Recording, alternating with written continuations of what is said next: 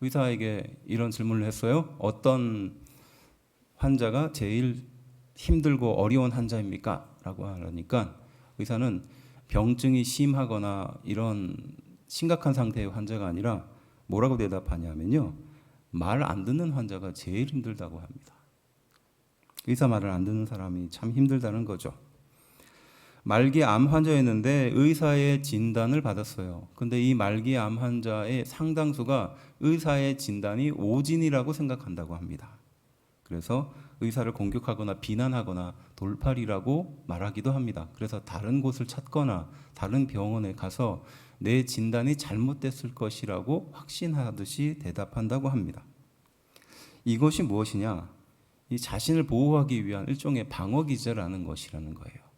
그러니까 내가 생각하지 못했던 그 어떤 것들을 당하고 어려움을 처하니까 그것을 통해서 내가 도저히 극복할 수 없는 상황이 되니까 이것을 보호하기 위해서 부정하는 방법을 사용하는 겁니다. 그래서 이것을 부정의 방어 기제라고 표현한답니다.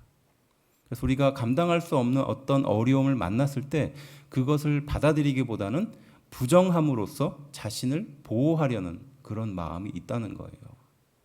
부정의 방어 기제입니다. 자신을 보호하기 위한 행동이고 마음의 어떤 액션일 수 있으나 이것은 어떻게 보면 자신의 현재의 상태를 돌아보지 못하게 하는, 어떻게 보면 자신의 눈을 감게 만드는 행동입니다. 그렇다면 신앙에서도 이런 부정은 있습니다. 무엇입니까? 자신의 생각과 방법이 잘못되었다라는 것을 인정하는 것. 이게 부정하는 방법이죠. 다른 말로 표현하면 신앙의 자기 부정이에요. 앞서 말한 것은 부정으로 자신을 보호하기 위해서 방어 기제로서 발동하는데 신앙은 자기 부인을 통해서 내 생각이 하나님의 생각과 비추었을 때 잘못됐구나라고 인정하는 것을 바로 자기 부정이라고 표현하는 겁니다. 이것은 우리가 연약해서가 아니라 어떤 부족함이나 힘이 없어서가 아니라 자신의 상태를 제대로 직면하면서 알게 되는 감정이라는 겁니다. 불의한 자신을 깨닫고 거룩한 하나님을 자연스럽게 찾게 되는 과정, 이게 자기 부정이거든요. 그래서 진정한 자기 부정이 없이는 진정으로 하나님 또한 만날 수 없다라는 말이 틀린 말이 아닌 것 같아요. 자아나 정체성이나 자존심이나 이것이 굉장히 중요한 것이 세상 사람이고 또 우리의 마음인데 이것이 사실은 중요한 게 아니라 죄의 영향 아래 살았고 세상의 무익한 욕심에 불구했다라는 것을 나중에서야 깨닫게 되는 겁니다. 그렇게 보면 신앙의 자기 부정과 부정의 방어 기제는 마치 양쪽의 시소에 있는 것과 마찬가지예요. 나를 보호하기 위해서 끊임없이 무엇인가 부정하면서 살아가는 겁니다. 아닐 거야. 또 이게 맞을 거야. 라는 생각을 하는 거죠. 하지만 이 부정의 방어 기제가 우리 인생을 어떻게 이끌어가는가? 그리고 신앙의 방어 기제, 그러니까 자기 부정이죠. 내가 하나님 앞에서 얼마나 선하지 못한 사람인가, 내 안에 죄악이 얼마나 가득한가를 깨달아가는 것, 이것이 주는 은혜가 있다는 것이에요. 부정의 방어 기제와 자기 부정, 이 두 가지를 오늘 말씀을 통해서 좀 생각해 보려고 하는 겁니다. 유대인들이야말로 사실은 선하게 살고 거룩하게 살려고 하는 사람들이 아니었겠습니까? 당연한 거겠죠. 어렸을 때부터 말씀을 지킵니다. 그리고 그 말씀을 지키는 것을 자부심으로 알고 있고 생활했던 사람입니다. 그런데 그 유대인들에게 예수님이 어떻게 말씀하시는가? 아니다라고 부정을 하시는 거예요. 그들의 삶과 그들의 신앙과 지금까지 해왔던 모든 것들을 아니다라고 부정하시거든요. 그럴 때 바로 이 유대인이 어떤 반응을 보이는가? 오늘 말씀을 통해서 좀 살펴보려고 하는 거예요. 무려 4번에 걸쳐서 이 예수님께서는 유대인들의 삶의 방식, 그들의 삶 전체에 대해서 부정하시거든요. 그러면 그들은 어떻게 반응했을까요? 앞서 말한 것처럼 자기 부정을 통해서 그 예수님의 말씀에 굴복했는가? 아니겠죠. 어떻게 했을까요? 부정의 방어 기제를 발동시키는 겁니다. 그러니까 예수님의 말씀이 틀렸을 거야. 내가 지금까지 이렇게 신앙생활 열심히 해왔는데 열심히 하나님의 말씀도 지키고 율법도 지켰는데 예수님의 말씀이 틀렸을 거야. 심지어는 예수님은 참 선지자가 아닐 거야 라고 예수님을 거부하기 시작하는 겁니다. 또 유대인들은 자신의 환경을 탓하겠죠. 지금 우리가 로마로부터 압제를 당하고 있고 이것으로부터 벗어나야 하는데 이게 누구 탓이라고 생각하는 거예요? 바로 로마 탓이라고 생각하는 겁니다. 예수님의 인격을 공격하거나 또 변명하게 되는 겁니다. 환경 탓을 하게 되는 거예요. 이것이 부정의 방어 기제가 처하게 되는 결과라는 겁니다. 진정으로 자신의 상태를 모르기 때문에 그들이 하는 반응이죠. 부정의 방어 기제입니다. 마찬가지로 신앙의 자기 부정이 필요한 이 시대를 살아가는데 세상 사람들은 부정의 자기 방어만 하고 있는 거예요. 그리고 그 뒤는 결과적으로 앞서 말한 것처럼 누군가를 공격하거나 또 변명하거나 남 탓을 하는 경우가 많다는 것입니다.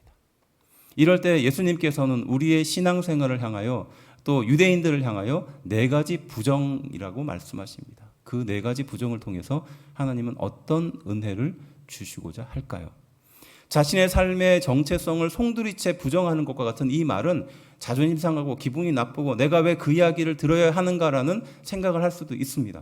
하지만 신앙생활에 있어서 이 자기 부정은 왜 중요한지, 또 우리는 자기 부정을 하지 않으면 자연스럽게 부정의 방어 기제를 발동시킬 수밖에 없는 상태라는 것을 말씀을 통해서 깨닫는 은혜가 있기를 주의 이름으로 축원합니다. 4가지 예수님께서는 부정하셨어요. 그 첫 번째가 무엇이냐? 너희가 아무것도 할 수 없다라고 말씀하십니다. 첫 번째 예수님의 부정이에요. 너희는 아무것도 할 수 없다는 거예요. 5절 말씀입니다. 우리 함께 한 목소리로 좀 읽어볼까요? 시작. 나는 포도나무요 너희는 가지라. 그가 내 안에 내가 그 안에 거하면 사람이 열매를 많이 맺나니 나를 떠나서는 너희가 아무것도 할 수 없음이라. 이렇게 말합니다. 우리는 이 말씀을 읽을 때 오해하는 것 중에 무엇이냐면 나는 포도나무고 너희는 가지고 그가 내 안에 내가 그 안에 거하면 사람이 열매를 많이 맺는다고 합니다. 그래서 이 구절을 읽을 때 대부분 열매에다가 초점을 맞추는 거예요. 이제 연말이 되니까 사람들이 열매를 거둬야 되지 않겠는가 뭐 이러면서 마음이 좀 짠해지고 서늘해집니다. 내가 올해 한 게 뭔가 이렇게 생각하게 돼요. 신앙생활도 그렇습니다. 열매에 자꾸 초점을 맞추다 보니까 나이가 열심히 경작하고 열심히 노력해서 얻은 열매가 무엇인가라고 자꾸 생각하거든요. 마찬가지로 이 본문도 그렇게 적용하는 경향들이 있어요. 근데 본문을 가만히 읽어보면 무엇입니까? 나는 포도나무고 너희는 가지라는 겁니다. 그가 내 안에 내가 그 안에 거하면 어떻게 한다고요? 사람이 열매를 많이 맺는다는 거예요. 그러니까 우리가 잘하고 잘못하고의 문제가 아니라 하나님 안에 거하기만 하면 우리는 어떻다? 열매를 맺을 수밖에 없다라는 것을 말하는 겁니다. 그건 앞에 있는 구절이 중요한 게 아니라 뒤에 있는 구절이 중요한 거예요. 뭐죠? 나를 떠나서는 너희가 아무것도 할 수 없다라는 거예요. 믿으십니까? 이걸 강조하고 있는 거예요. 열매가 중요한 게 아니라 열매는 당연한 거라는 겁니다. 관계만 잘 되어 있으면 가지에 잘 젖붙이만 받으면 열매가 문제가 아니라는 거예요. 우리는 열매에 자꾸 흔들리게 되는데요. 열매는 당연한 거라는 겁니다. 하지만 더 중요한 건 무엇이다? 나를 떠나서는 너희가 아무것도 할 수 없다는 것이에요. 믿으십니까? 이게 잘 안 돼서 그러는 겁니다. 열매를 보아서 안다라는 말씀을 우리가 생각하면서 결과를 보겠다라고 오해하기 딱 좋은 말씀이에요. 하지만 이 말씀의 진짜 의미는 뭐냐? 너희가 어디에서 영향을 받고 살아가고 있는지 결국은 너희가 드러나는 것을 통해서 알 수 있다는 거예요. 잘못 젖붙임을 받고 거기에서 열매를 얻는 것처럼 착각할 수 있다는 겁니다. 하나님께 젖붙임을 받는 사람은 당연히 하나님의 열매가 나타난다는 것을 우리에게 말하고 있는 거예요. 열매가 아니라 관계라는 겁니다. 우리가 어디에 붙들려 있는가, 어디에 중요한 가치를 두고 있는가, 이것을 통해서 이야기하고 싶은 겁니다. 나를 떠나서는 아무것도 할 수 없다라고 예수님은 부정하십니다. 우리를 다시 비춰보면요, 사실 우리는 예수님을 떠나서도 할 수 있다, 무엇인가 다른 것을 할 수 있다, 좀 못하더라도 흉내낼 수 있다라고 착각하기 때문에 생기는 일들이거든요. 예수님이 우리의 모든 것이 되고 우리의 인생에 없어서는 안 될 뿐이라는 고백은 하지만 사실 그것보다 더 중요한 게 우리 마음을 쓰이게 하기 때문에 그렇습니다.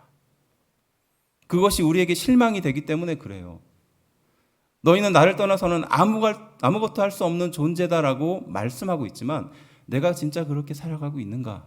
정말 그분이 없이는 정말 아무것도 안 된다라는 것을 내가 인정하고 있는가? 사실 돈을 잃어버리는 게 더 마음이 쓰이는 거예요. 건강을 잃는 것이 더 많이 쓰이는 겁니다. 시험에 떨어지는 것이 더 마음에 쓰이는 거예요.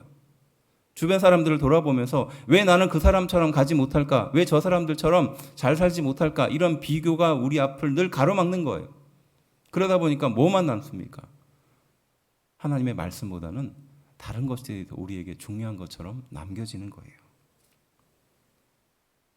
그래서 6절 말씀은 사람이 내 안에 거하지 아니하면 가지처럼 밖에 버려져 마른다라고 말합니다. 그래서 사람들이 그것을 모아다가 불에 던져 사른다는 거예요. 그러니까 하나님의 말씀에 온전히 접붙임을 받지 못하는 사람은 마른 가지처럼 말라버릴 수밖에 없는 인생이다라고 말씀하고 있는 것이죠. 어설프게 받게 되는 은혜가 결국 우리의 신앙생활을 망치게 되는 거예요. 하나님이 아니고서는 전혀 안 된다라는 것을 우리 신앙으로 인정할 때 그때부터 능력이 나타나는 줄로 믿습니다. 어설픈 다른 것에 만족감을 얻으려고 하니까 마음속에 이런 유혹들이 생기는 거예요. 신앙생활의 결단을 하는 것보다 세상에 돈 몇 푼을 더 받는 것이 내 마음속에 위로가 되니까 그게 타협이 되는 거죠. 우리는 완전히 부패한 사람들이고 또 완전한 자기 부정이 없으면 살아갈 수 없다는 것을 인정하면 그때부터 신앙생활이 꼽히기 시작합니다. 그런데 이것도 되고 저것도 된다라고 생각하니까 거기에서부터 항상 문제가 시작되는 것 같아요. 어떤 것을 통해서 알 수 있습니까? 그걸 잃어봐야지 아는 거예요. 돈을 잃어봐야지 내가 얼마나 돈에 집착하고 있었는지 알게 되는 거예요. 건강을 잃어봐야지 내가 건강을 얼마나 집착하고 있었는지 알게 되는 겁니다. 사람들과의 관계에 내가 얼마나 집착하였는지 그때서야 알게 되는 거예요. 중요한 것과 진짜 중요한 것은 평상시에 잘 드러나지 않습니다. 그런데 결정적인 순간이 다가오면 그때서야 알게 되는 거죠. 자녀에게 잔소리를 하고 좀 어떻게 좀 잘 살아보라고 막 그렇게 얘기하고 나서 정말 마음이 너무 아프잖아요. 그리고 그날 집에 잤는데 갑자기 큰일이 생긴 겁니다. 그러니까 자녀에게 했던 잔소리는 중요한 게 아닌 거예요. 무엇입니까? 평상시에는 중요한 것과 중요한 것이 별로 티가 안 나는 겁니다. 그렇지만 결정적인 순간이 딱 오면 어떻습니까? 진짜 중요한 게 우리 인생에 무엇인지 알게 되는 거예요. 마찬가지로 예수님께서는 너희가 나를 떠나서는 아무것도 할 수 없다라고 말씀하고 있습니다. 건강도, 돈도, 지식도, 능력도, 은혜도, 내가 살아가는 모든 것도 하나님이 아니고서는 안 된다라고 지금도 말씀하고 있는 줄로 믿습니다. 이러한 자기 부정이 있어야 우리의 신앙생활이 제대로 잘할 수 있습니다. 두 번째는 무엇일까요? 너희가 선택한 것이 아니다예요. 너희가 선택한 것이 아니다. 16절 말씀입니다. 너희가 나를 택한 것이 아니요 내가 너희를 택하여 세웠나니 이는 너희로 가서 열매를 맺게 하고 또 너희 열매가 항상 있게 하여 내 이름으로 아버지께 무엇을 구하든지 다 받게 하려 함이라 라고 말하고 있어요. 너희가 나를 택한 것이 아니고 내가 너희를 택했다는 겁니다. 그래서 열매는 항상 있는 것이고 내 이름으로 무엇을 구하든지 나는 다 받게 해주겠다, 주겠다라는 뜻이죠. 근데 우리는 자꾸 후자 쪽에 관심이 있어요. 열매, 그 다음에 열매가 항상 있기를 바라죠. 그리고 내가 무엇을 구하든지 다 받기를 바랍니다. 하나님께서는 이것들은 중요한 게 아니다는 거예요. 무엇이 중요하다? 내가 너를 선택한 것이 중요하다는 겁니다. 너가 나를 선택한 게 아니고 내가 너를 선택했다라는 것이. 이게 왜 이렇게 중요한 겁니까? 열매가 강조되는 것이 아니라 선택이 강조되는 겁니다. 선택에는요, 무엇이 따릅니까? 책임이 따르죠. 하나님이 나를 선택해 주셨기 때문에 우리에게 열매는 항상 있다고 약속해 주셨어요. 그리고 무엇을 구하든지 다 받게 해주겠다라고 약속해 주신 줄로 믿습니다. 그러니까 쉽게 말하면 우리가 하나님을 선택한 것이 아니라 하나님이 우리를 선택하셨으니까 하나님이 책임져 주신다는 거예요. 믿으십니까? 우리가 하나님께 자꾸 조건을 가지고 이야기를 하면 하나님은 우리에게 조건을 가지고 이야기하실 겁니다. 하지만 반대예요. 우리는 하나님을 전혀 선택할 수 없었습니다. 그런데 하나님이 우리를 일방적으로 선택해 주셨기 때문에 하나님은 우리를 향하여 책임감을 갖고 있는 거예요. 그래서 항상 우리의 삶이 풍성하기를 바라고 은혜가 넘치기를 바란다는 겁니다. 심지어는 8절 이렇게 말합니다. 너희가 열매를 많이 맺으면 내 아버지께서 영광을 받으신다라고 말씀하세요. 그러니까 이 열매가 내가 거둬들이는 것이 아니라 하나님께 붙들려 있기만 하면, 그리고 그를 통해서 열매가 더욱더 풍성하게 거둬들이게 되는데, 그 열매를 통해서 최종적으로 누가 영광을 받는다? 하나님이 영광을 받는다는 거예요. 믿으십니까? 그 영광을 받으려고, 그 열매를 얻으려고 발버둥을 치는 인생이 아니라 당연히 하나님께 붙들려 있기만 하면 그 열매는 당연한 것입니다. 그리고 그 열매를 통해서 누가 최종적으로 영광을 받는다? 하나님이 받으신다는 거예요. 하나님의 선택과 하나님의 책임, 그리고 열매를 주실 뿐만이 아니라 하나님께서 그 열매를 통해서 영광을 받으신다는 거예요. 감사하지 않습니까? 우리가 막 열심히 노력하고 노력한 만큼만 받는 것이 얼마나 힘든 인생이에요. 내가 이렇게 막 아침부터 저녁까지 진짜 힘을 다 써서 노력하지만 그만큼 우리는 못 걷는 것이 인생이지 않습니까? 내가 열심히 노력해도 그거 반도 못 받는 것이 인생이에요. 그런데 하나님은 우리에게 반대로 말합니다. 내가 너를 선택했으니까 내가 너를 책임질 것이고 너로 하여금 열매가 있게 하겠다라고 약속해 주고 계시는 줄로 믿습니다. 또한 그 열매를 통해서 오히려 네가 영광을 받는 것이 아니라 하나님인 내가 영광을 받게 될 것이다 라고 말씀하고 있다는 것이에요. 그렇다면 이 책임은 하나님께서 지시니까 우리는 뭘 하면 될까요?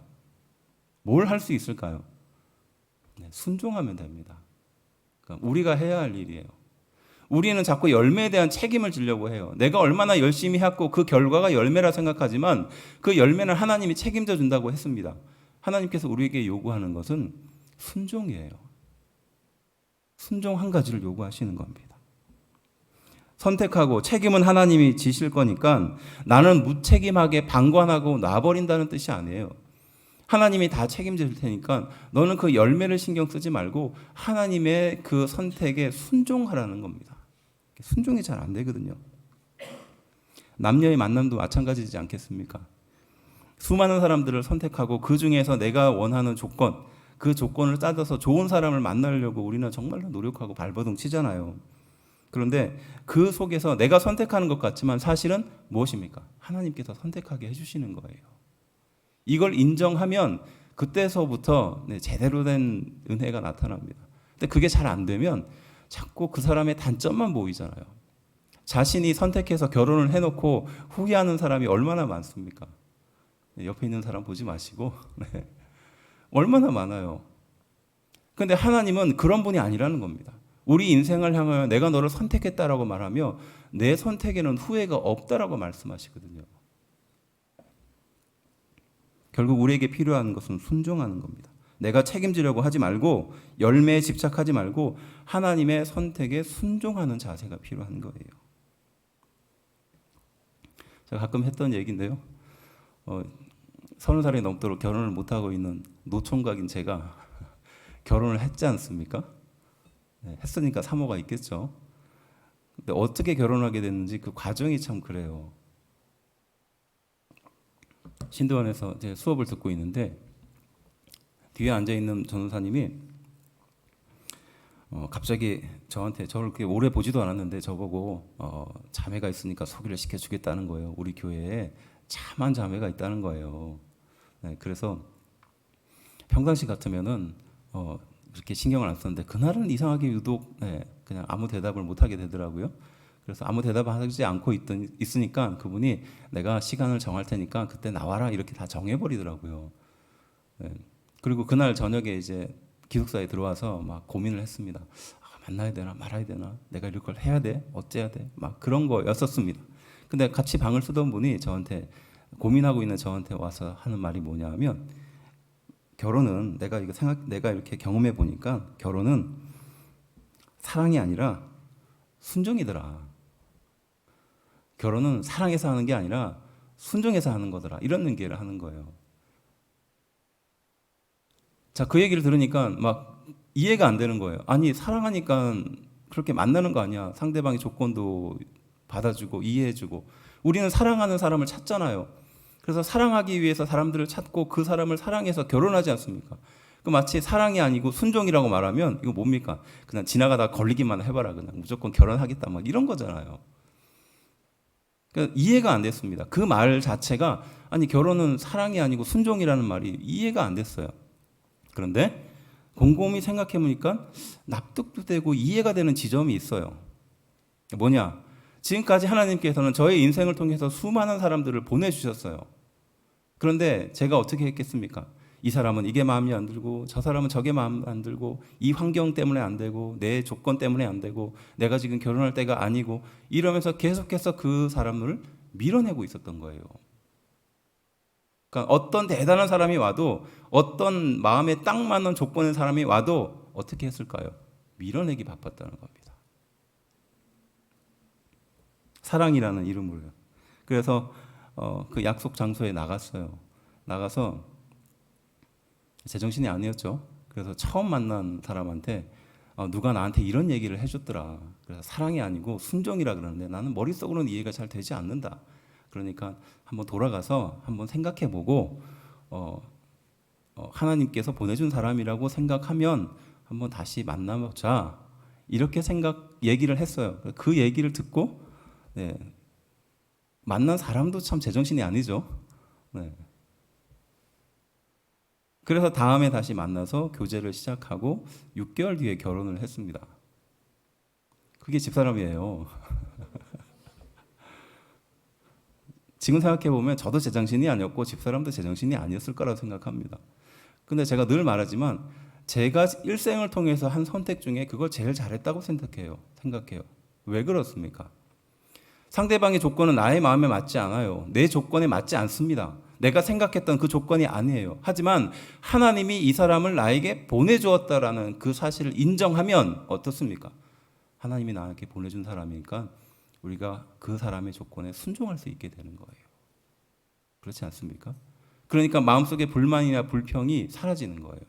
이해할 수 있게 되는 겁니다. 그리고 보내준 사람이잖아요. 그러니까 맡겨준 사람이지 않습니까? 내 마음대로 할 수 있는 사람이 아니지 않습니까? 내가 선택해가지고 내 마음대로 하려는 것이 보통 사람의 사랑입니다. 하지만 하나님께서 나에게 보내주셨기 때문에 내 마음대로 할 수 없는 사람인 거예요. 그래서 결혼은 사랑이 아니라 순종인 줄로 믿습니다. 그럼 이미 결혼한 사람은 어떻게 합니까? 우리 옆에 하나님께서 보내주신 사람을 하나님께서 보내주신 사람이라고 믿고 그 사람의 조건과 그 사람의 약점을 순종하십시오. 하나님께서 보내주셨기 때문에 나에게 감당하라고 주신 사람인 줄로 믿습니다. 보내주신 사람인 줄로 믿습니다. 많은 사람을 보냈으나 하나님이 보내주신 사람이라는 순종이 없었기 때문에 생기는 일들이죠. 내가 선택하려고 하는 그 선택 뒤에는 결국은 책임질 수 없는 인간의 무력함만 남습니다. 하지만 하나님이 우리를 선택해 주셨고 우리에게 책임지게 하셨고 또 그 열매를 주셨다는 거예요. 우리는 그것을 알고 하나님의 말씀에 순종하기만 하면 됩니다. 그러면 그를 통해서 반드시 열매를 주신다고 약속해 주고 계시는 줄로 믿습니다. 앞서도 이야기했듯이 로마서 11장 29절 말씀처럼 하나님의 선택에는 결코 후회가 없습니다. 믿으십니까? 세 번째는 무엇입니까? 너희는 세상에 속한 것이 아니다라는 말씀이에요. 19절 말씀인데요. 우리 함께 한 목소리로 좀 읽어볼까요? 19절 말씀 시작. 너희가 세상에 속하였으면 세상이 자기의 것을 및 사랑할 것이나 너희는 세상에 속한 자가 아니요 도리어 내가 너희를 세상에서 택하였기 때문에 세상이 너희를 미워하느니라. 아멘. 우리가 세상과의 관계에 있어서 굉장히 많은 문제들이 생기는 어떤 시발점을 이야기하는 거예요. 무엇일까요? 세상이 우리를 미워하니까 이 미움을 피하기 위해서 우리는 타협하는 겁니다. 그런데 하나님의 말씀은 이에 대해서 어떻게 말씀하고 있습니까? 너희는 세상에 속하지 않았다는 겁니다. 내가 너희를 택해서 세상과 구별하게 해주었다는 겁니다. 그러니까 다른 존재라는 거예요. 다른 소속이라는 겁니다. 그러면 필연적으로 어떤 일이 따릅니까? 세상이 우리를 가만히 두지 않는다는 거예요. 미워한다는 겁니다. 우리는 그 미워함과 우리를 가만히 두지 않는 것을 감당할 수 없어서 타협합니다. 그런데 하나님은 오히려 반대로 얘기하죠. 세상이 너희를 미워하는 것은 당연한 거다. 왜냐? 내가 너를 택했기 때문이다라는 거예요. 심지어는 18절 이렇게 말합니다. 세상이 너희를 미워하면 너희보다 먼저 나를 미워한 줄을 알라라는 거예요. 그러니까 세상이 너희를 미워하는 마음을 갖고 있는 건 사실은 너보다 하나님이 나를 먼저 미워했다는 거예요. 그러니까 너가 당하는 고난과 그 고통은 하나님이 내가 먼저 당했다라는 것이에요. 다른 말로 표현하면 알고 있다는 겁니다.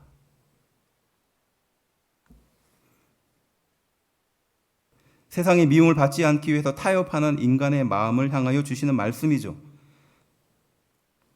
어떤 분이 직장을 다니게 되는데 직장에 점심시간 때 이렇게 잠깐 기도를 하면서 식사를 했대요. 하니까 어떤 부장님 같은 분이 오셔서 옆구리를 찌르면서 티나게 믿지 좀 말라고 이렇게 했대요. 직장에 다니면서 교회 다니는 거 그렇게 티나게 믿으면 안 된다는 겁니다. 점심시간에 잠깐 기도했는데 유별나게 믿지 말라는 겁니다. 그래서 다른 사람에게 저항감을 주거나 불편함을 끼치지 말라는 어떻게 보면 상사의 조언이죠. 그런데 말씀에 비춰오면 전혀 아니라는 겁니다. 우리는 세상으로부터 미움을 당할 수밖에 없는 상태라는 겁니다. 왜? 하나님께서 우리를 선택하는 그 순간 세상은 우리를 미워할 수밖에 없다는 거예요. 내가 뭐가 대단하다고 또 별나게 보여서 타겟이 될 필요가 없지 않겠나라고 말하며 우리는 타협합니다. 그리고 세상 사람들의 방법을 흉내내고 쫓아가죠. 하지만 그러한 인생을 향하여 하나님께서 명확하게 얘기합니다. 너희는 세상에 속한 것이 아니다라고 말씀하고 있습니다. 빌립보서 2장 15절은 이렇게 말합니다. 이는 너희가 흠이 없고 순전하여 어그러지고 거스러지는 세대 가운데서 하나님의 흠 없는 자녀로 세상에서 그들 가운데 빛들로 나타내매라고 말해요. 그러니까 이 어그러지고 험한 세상 속에서 어두운 세상 속에서 하나님이 우리를 선택하는 그 순간 우리는 감추려고 해도 빛으로 드러날 수밖에 없다는 것이에요. 믿으십니까? 그러니 우리의 이 빛의 관계, 빛의 자녀로서의 세상을 살아가는 것을 부정하거나 멀리하거나 타협해서는 안 된다는 겁니다. 하나님의 백성대로 살면 당연히 세상은 우리를 미워하며 그 세상은 우리보다 하나님을 먼저 미워했다는 거예요. 우리가 이것을 인정하면, 우리가 이것을 이해하면 세상에 대해서 어떻게 살아야 하는지 알게 되는 것입니다. 네 번째는 무엇입니까? 너희가 사랑하는 것이 아니다. 너희가 사랑하는 것이 아니다. 예수님의 마지막 네 번째 부정이에요. 9절 말씀은 이렇게 말합니다. 아버지께서 나를 사랑하신 것 같이 나도 너희를 사랑하였으니 나의 사랑 안에 거하라. 그러니까 아버지께서 나를, 그러니까 예수님을 사랑하신 것처럼 또 나도 너희를 사랑하고 있으니 어떻게 하라? 나의 사랑 안에 거하라 라고 예수님이 교훈하고 있는 거예요. 10절은 또 어떻게 말합니까? 내가 아버지의 계명을 지켜 그의 사랑 안에 거하는 것 같이 너희도 내 계명을 지키면 내 사랑 안에 거하리라. 그러니까 내가 사랑해서 계명을 지키고 하나님의 말씀을 지키듯이 너희도 하나님의 말씀을 지키면 결국 하나님의 사랑에 거하는 것과 같다라고 설명하는 겁니다. 또 12절은 어떻게 말합니까? 내 계명은 곧 내가 너희를 사랑한 것 같이 너희도 서로 사랑하라 하는 이것이니라 라고 말해요. 그러니까 내 계명은, 내 말씀은 내가 너희를 사랑하듯이 너희 또한 서로를 사랑하라 라고 말씀하고 있는 것입니다. 사랑은 하나님이 먼저 사랑했다는 것이에요. 우리가 사랑한 것이 아니죠. 요한일서 4장 19절 말씀처럼 우리가 사랑함은 그가 먼저 우리를 사랑합니다 라는 고백처럼 우리가 사랑을 했으나 사실은 우리가 사랑한 것이 아니라 하나님이 우리를 향하여 먼저 사랑을 보여주셨다는 겁니다. 우리는 그 사랑을 따라서 사랑하게 되는 것이에요.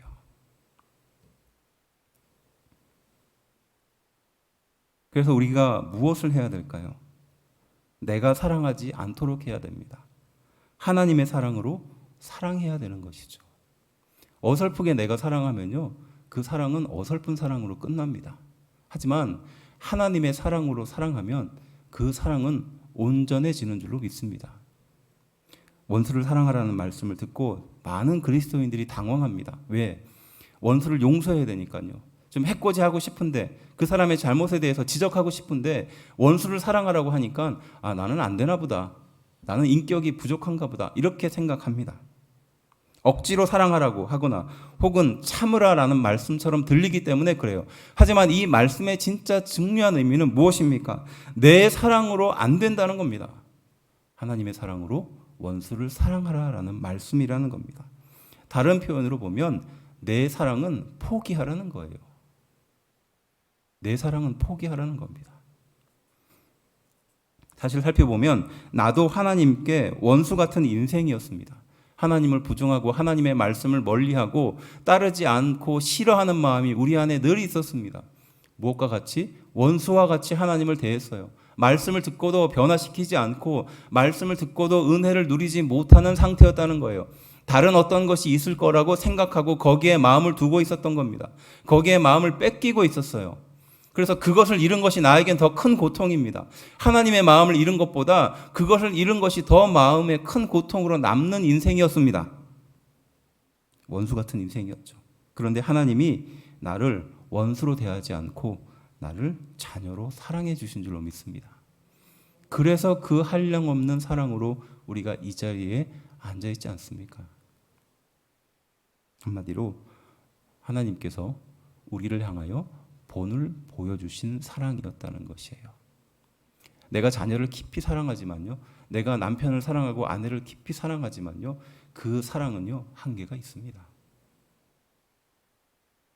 하지만 하나님께서는 원수를 사랑하는 그 사랑을 우리를 통해서 직접 보여주셨습니다. 그리고 우리로 하여금 그 사랑으로 자녀를 사랑하라고 가르칩니다. 그 사랑으로 남편과 아내를 사랑하라고 가르쳐요. 그 사랑으로 이웃을 사랑하라고 가르친 줄로 믿습니다. 정리하면 너희가 아무것도 할 수 없다라는 말씀은요, 열매에 집착하는 우리 인생을 향하여 주시는 교훈입니다. 하나님을 떠나서는 안 된다는 겁니다. 그리고 무력감 속에 사는 것이 아니라 자신의 상태를 그대로 들여다봐야 한다라는 말씀인 거예요. 두 번째는 너희가 선택한 것이 아니다라는 것은 무엇입니까? 하나님이 직접 선택하셨다는 겁니다. 또한 우리 인생을 책임져 준다는 약속이죠. 또한 우리가 해야 할 일은 그 말씀에 순종하는 것이에요. 세 번째는 무엇입니까? 너희는 세상에 속한 것이 아니라는 겁니다. 세상의 미움을 두려워하지 말고 타협하지 않아야 하는 겁니다. 빛의 자녀처럼 살아야 한다는 말씀입니다. 마지막 네 번째는 너희가 사랑하는 것이 아니다. 곧 예수님이 사랑으로, 예수님이 우리 인생을 향하여 본을 보여준 그 사랑으로 사랑하라라고 말씀하고 있습니다.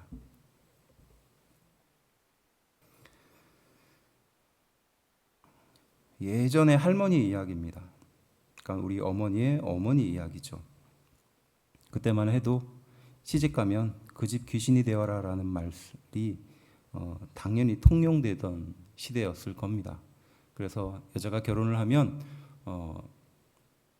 처가로 오지 말고 얼씬거리지 말고 친정에 뼈를 묻어라라는 이야기죠. 요즘은 좀 말도 안 되는 얘기일 수 있으나 우리 할머니 시대에는 그게 당연한 시대였던 것 같아요.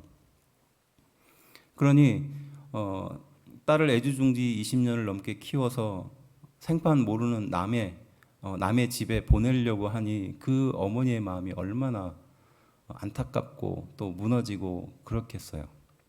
그래서 그 딸이 결혼하기 전날에 그 딸이 입는 옷에다가 그 저고리 맨 앞쪽에 옷 단에다가 작은 은을 달아다 줬다는 거예요. 그래서 옷 아래쪽에 은편을 요만큼 잘라가지고 그걸 딸의 그 옷에다가 붙여서 시집을 보냈다는 겁니다. 그래서 그 딸은 집에 돌아가고 싶어도 그러니까 자신의 본집에 돌아가고 싶어도 엄마 아빠가 생각이 나고 형제들이 생각이 나더라도 돌아갈 수 없는 이 현실을 괴로워하면서 또 마음 한편으로는 엄마의 사랑을 느끼며 그 은편을 만지작거리면서 그렇게 힘들고 어려운 시집 생활을 했다는 거예요. 버팀목이었죠. 유일한 희망이었습니다. 그런데 어느 날 자신의 자녀가 동상에 걸린 거예요. 동상에 걸렸습니다. 발을 잘라내야 될지도 모르는 그런 위급한 상황에 빠진 겁니다. 그래서 이 어머니는 그 자녀를 등에 업고 그 험한 산길을 헤쳐서 읍내에 있는 병원의 문을 두드려서 그 자녀의 발을 치료했다는 겁니다. 그래서 치료하기 위한 치료의 값이 없으니까 그 저고리에 있는 은편을 떼어서 값을 치렀다는 거예요. 은편을 팔고 어머니의 그 배려 깊은 사랑을 그렇게 팔고 아들의 발을 살려낸 거죠. 그런데 이 아이를 업고 돌아오는 그 길이 너무나 허무하더라는 겁니다. 허탈하다는 거예요. 그 만지작하면서 그 은편을 만지면서 그래도 마지막 희망을 여기에다가 두며 그 모진 시집살이를 견뎌냈는데, 한편으로는 자녀의 발을 살렸으니까 당연한 것이지만 또 한편으로는 그 마음에 너무 허전함과 허무함이 자리 잡더라는 겁니다. 그런데 그 할머니의 말은, 내가 만약 그때 그 은편을 팔지 않았으면 나는 이 집에서 아마 못 살았을 거다라고 말하는 거예요. 다른 면으로 본다면 내가 그 자리에서 은편을 팔았기 때문에 내가 그 집에 진짜 가족이 되었다라는 말입니다. 우리는 욕망을 따라서 사는 인생입니다. 마치 그 은편을 만지작거리면서 그렇게 위안을 받고 살아가는 인생과 다르지 않다는 것입니다. 바로 그때 그것을 팔지 않는다면, 그것을 내려놓지 않는다면 결국 우리는 거기에 붙들리며 살아간다는 겁니다. 사랑을 갈구하나 진정한 사랑을 얻지 못하는 상태로 살아가는 것입니다. 인정을 갈구하나 결국 인정받지 못한 인생으로 살아간다는 겁니다. 다른 사람으로부터 지지와 인정을 받고 싶으나 지지와 인정을 받지 못하고 살아가는 것입니다. 하지만 하나님께서 우리를 지지하시고 하나님께서 우리를 인정하시며 하나님께서 우리를 사랑하신다라고 지금도 말씀하고 계신 줄로 믿습니다. 우리 인생에도 가만히 살펴보면 그 버리지 못하는 은편을 갖고 있습니다. 그리고 그 열매에 집착하고 있어요. 그리고 자신을 비교하며 또 한없이 자신을 깊은 나락에 떨어뜨리기도 합니다. 하지만 이 말씀을 통해서 예수님은 우리에게 다시 한번 말씀하시는 것이에요. 그것이 아니다라고 말하는 거죠. 그것이 아니다. 너희는 아무것도 할 수 없다. 너희가 선택한 것이 아니다. 너희는 세상에 속한 것이 아니다. 너희가 사랑하는 것이 아니다라는 것이에요. 이 말을 뒤집어 보면 너희는 하나님의 능력으로 살 수 있다는 말씀입니다. 그리고 하나님의 선택으로 지금까지 살아가고 있다는 것이에요. 존귀한 존재라는 겁니다. 그리고 너희는 세상과 분별된, 구별된 귀한 사람들이라는 것이에요. 그리고 너희는 하나님의 사랑으로 사랑하는 온전한 사랑을 할 수 있는 존재가 되었다라는 말씀인 줄로 믿습니다. 우리의 인생은 하나님의 간섭함이 없으는 매 초도 견딜 수 없는 인생입니다. 매 순간을 의미 있게 살려고 발버둥치지만 예수님이 아니고서는, 하나님의 말씀이 아니고서는 다 의미가 없다는 것을 깨닫는 성도들이 되기를 주의 이름으로 축원합니다. 내가 택해서, 내가 잘나서, 내가 현명해서, 내가 지혜로워서 주님을, 예수님을, 교회를 선택한 것이 아니라 하나님이 우리 인생을 불쌍히 여겨주셔서 장님인 우리 인생을 붙들고 여기까지 이끌어 주시고 세워 주신 줄로 믿습니다. 그러한 우리 인생을 향하여 하나님께서는 하늘의 권세를 인생에게 베풀어 주셨습니다. 하나님의 큰 자녀가 될 수 있는 능력을 베풀어 주셨습니다. 또한 어떤 곳에 있든지 하나님의 열매가 나타나고 드러나게 해주겠다고 약속해 주셨을 뿐만이 아니라 너희가 구하면 다 받게 될 것이라고 약속해 주신 줄로 믿습니다. 바로 하나님의 귀한 자녀로 값없는 상태로 살게 되었다는 것입니다. 우리 인생을 부정할 땐 우리는 우리 자신을 보호하기 위해서 애쓰는 거죠. 세상 사람들이 부정의 방어 기제를 붙들고 있을 때 결국 그 인생이 나락으로밖에 떨어질 수 없는 것이지만, 하나님께서 우리에게 주신 은혜를 따라서 자기 부정이 일어난다면 바로 이 자기 부정을 통해서 온전한 하나님의 백성으로, 사랑으로 거듭나게 된다는 말씀입니다. 어떤 것을 선택하는 것은 결국 우리의 책임입니다. 하지만 하나님께서 우리 인생을 향하여 부정하시면서 결국 자신을 부정하며 자신의 인생의 계획을 부정하며 자신의 생각을 부정하며 십자가 앞에 내려놓을 때 진정한 능력이 나타난다고 지금도 말씀하고 계시는 줄로 믿습니다. 그 말씀의 능력으로 은혜로 살아가는 귀한 성도들이 되기를 주의 이름으로 축원합니다. 기도합시다.